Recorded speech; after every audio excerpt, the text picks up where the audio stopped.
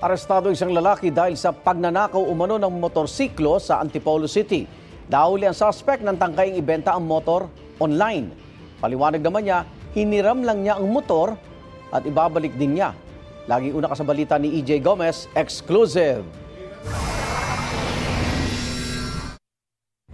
Kita sa CCTV ang isang lalaking nakasuot ng sombrero at face mask na nakasakay sa motorsiklo. Sa isa pang CCTV, kita ang pagdaan ng motor.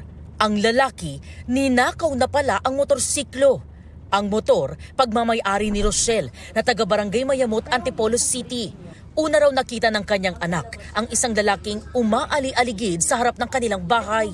Di raw nila napansin na bumalik ang lalaki at ninakaw ang motorsiklo. Ang ginawa niya, hinilan muna niya yung motor para hindi namin marinig. Hanggang doon sa may gilid. Tapos pagdating doon, pinagana na niya yung motor, nag-U-turn na siya.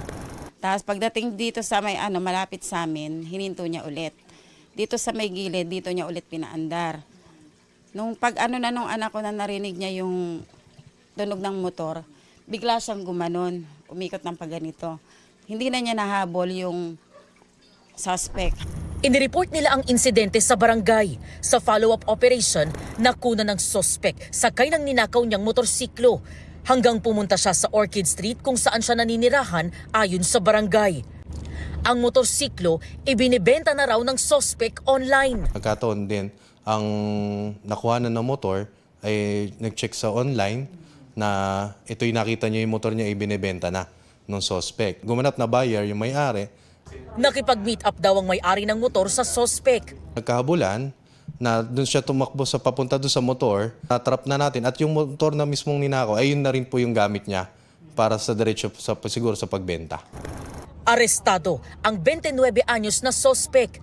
Na-recover ng mga tauhan ng Antipolo Police ang ninakaw na motorsiklo na ayon sa biktima, pinalitan pa raw ng plaka ng suspect.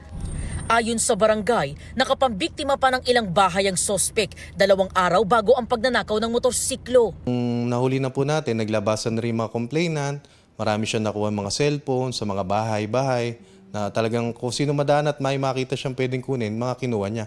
At ultimo pati uniforme ng estudyante ay kinuha niya rin. Tinangay rin daw niya ang aabot sa 10,000 pisong cash ng isa sa mga biktima. Depensa ng suspect, hiniram lang niya ang motor at ibabalik din niya. Ginamit ko lang po service. Para saan po? Wala lang po, para lang po may service ako. Wala naman po intensyon kunin talaga yun eh. Wala po intensyon benta yun. Po, babalik ko rin po yun. Humingi nga po ang pasensya sa may-ari ng motor eh.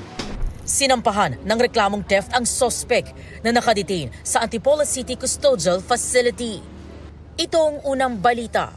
EJ Gomez para sa GMA Integrated News. Igan, mauna ka sa mga balita, mag-subscribe na sa GMA Integrated News sa YouTube para sa iba't ibang ulat sa ating bansa.